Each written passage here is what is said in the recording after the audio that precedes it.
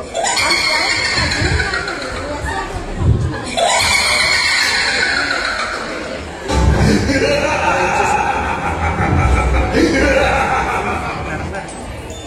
మాయవేట, ఎక్కడున్నావురా? ఎక్కడ వెక్కావురా? మర్యాదగా బయటికి రా. నేను నిన్ను కొన్ని ప్రశ్నలు అడుగుతాను, వాటి జవాబు చెబుతూనే నేను కిందకి వస్తాను.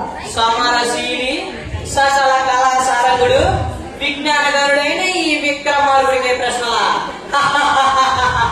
అడుక్కో అల్పజీవి. కాసుకో రాజా, నా ప్రశ్న పరంపర. మూర్ఖుడు ఎవరు?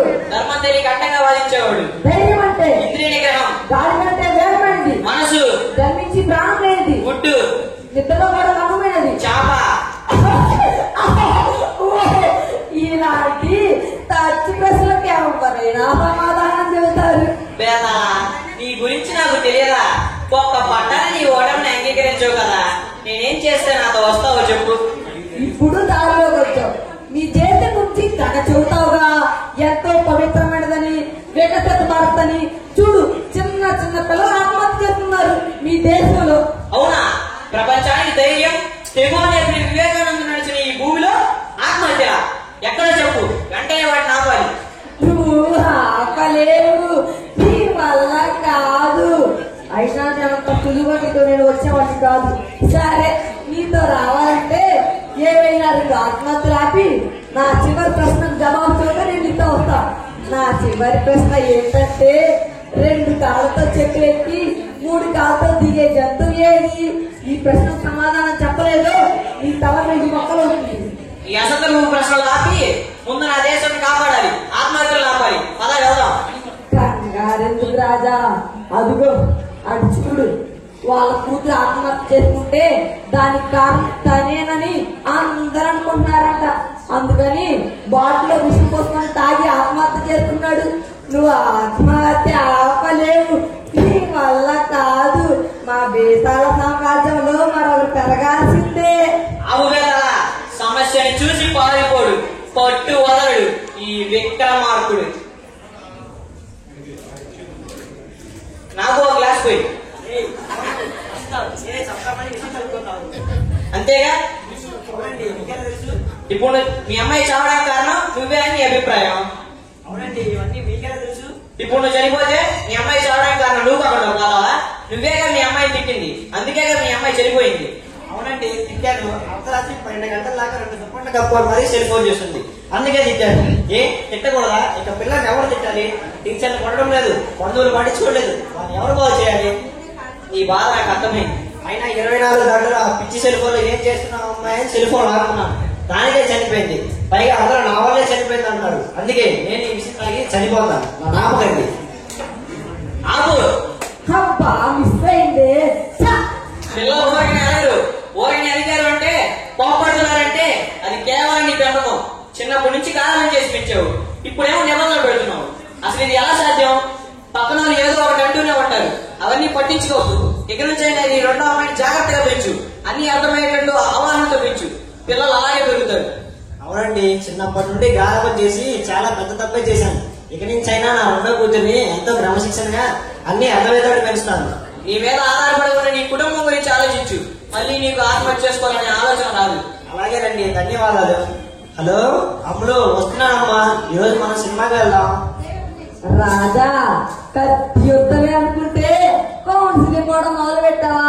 అయినా రాజా, ఈ దేశంలో పిల్లలు చెప్పలేరు నా రాజా, నీ పిచ్చి కాకపోతే. అమ్ము మీద నా దేశంలో ఉమ్మడి కుటుంబాల వల్ల పెద్దవాళ్ళు వారి అనుభవాలు రంగరించి పిల్లలకి ఎన్నో నీతి కథలు చెబుతారు, తెలుసా? ఉమ్మడి కుటుంబాలంట,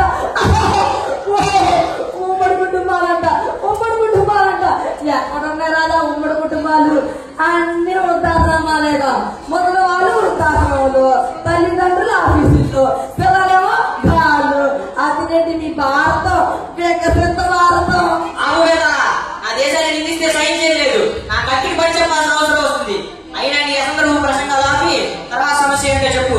కంగారెందుకు రాజా, అదిగో అది చూడు, చెరువు పక్కన చెట్టుకి ఉరేసుకుని ఆత్మహత్య చేసుకోవాలంటే నువ్వు ఆత్మహత్య ఆపలేవు, నీ వల్ల కాదు. ఆడపిల్లల దేశ అభివృద్ధికి కారకులు. బాగా చదువుకున్న తెలియగల ఒక ఆడపిల్ల తన కుటుంబాన్ని చక్కదిద్దుకుంటుంది.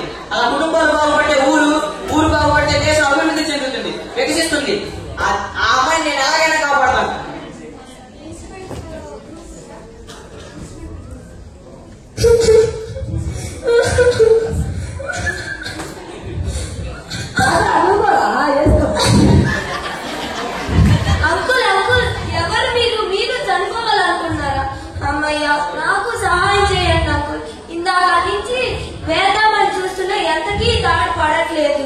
నాకు కూడా పడట్లేదమ్మా, కొంచెం దూరం నుంచి ప్రయత్నిద్దాం. సరే అంకుల్.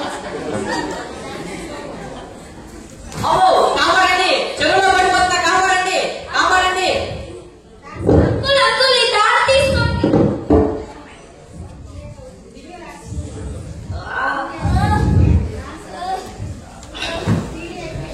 అమ్మయ్యా కాపాడామమ్మా. అబ్బా అయిందే. అంకుల్ ఇక్కడ రండి, చనిపోదాం. ఇంత రాత్రి వేళ ఒక్కదానిగా ఇంత దూరం వచ్చామంటే ఎంతో ధైర్యం ఉంది, ఇతరులను కాపాడాలనే ఆలోచన కూడా ఉంది. ఎందుకమ్మా చనిపోవాలనుకుంటున్నావు? ఆ విజయం ఎంతకండి అంకుల్, ఏడుపు వస్తుంది. ఏం కాదులే చెప్పమ్మా. మరి మా క్లాస్ లో అందరు నన్ను నేర్పిస్తున్నారు, నీ డ్రెస్ బాగోదు, నీ బాడీ బాగోదు, అసలు అమ్మాయి లక్షణాలే లేవు. నువ్వు ఎంత బాగా చదువుకున్నా కానీ అమ్మాయి లక్షణాలు లేకపోతే ఏమిటి ప్రయోజనం అంటున్నారు అంకుల్. అరే దీనికి చనిపోవాలనుకుంటున్నావా? అంతేకాదు అంకుల్, మా క్లాస్ లో ఇంకొక అబ్బాయికి నాకు కలిపి కామిచ్చి బోర్డు పైన ఎక్కడ పడితే అక్కడ పేర్లు రాసుకున్నారు.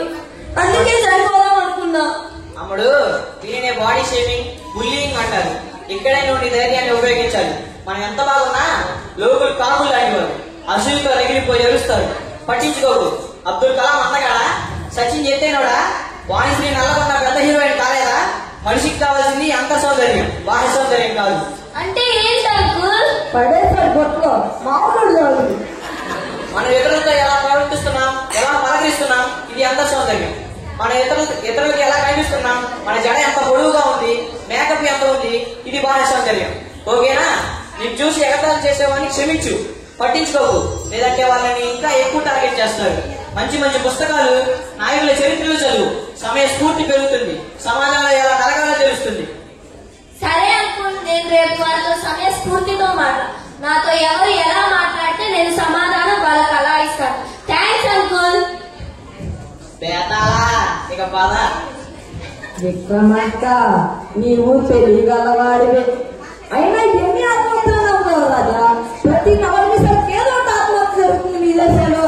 ఆపు బేతాళా, నా దేశంలో తల్లిదండ్రులు పిల్లల్ని ఆరాధన చేయకుండా ఉపాధ్యాయులు చదువుకి జీవితానికి అన్వయిస్తూ బోధిస్తూ సమాజంలో వ్యక్తులు స్వార్థం తగ్గించుకొని నా దేశాన్ని స్వర్గతుల్యం చేస్తారు, వికసిత భారతాన్ని సృష్టిస్తారు.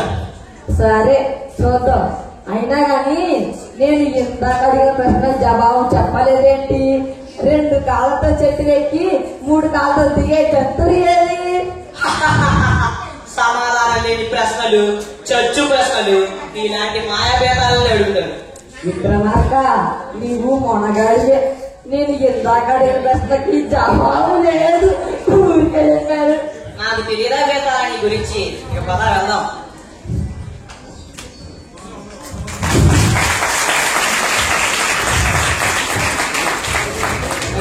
మన చిన్న ప్రయత్నాన్ని చివరిదాకా వీక్షించిన వాళ్ళకి మా ధన్యవాదాలు.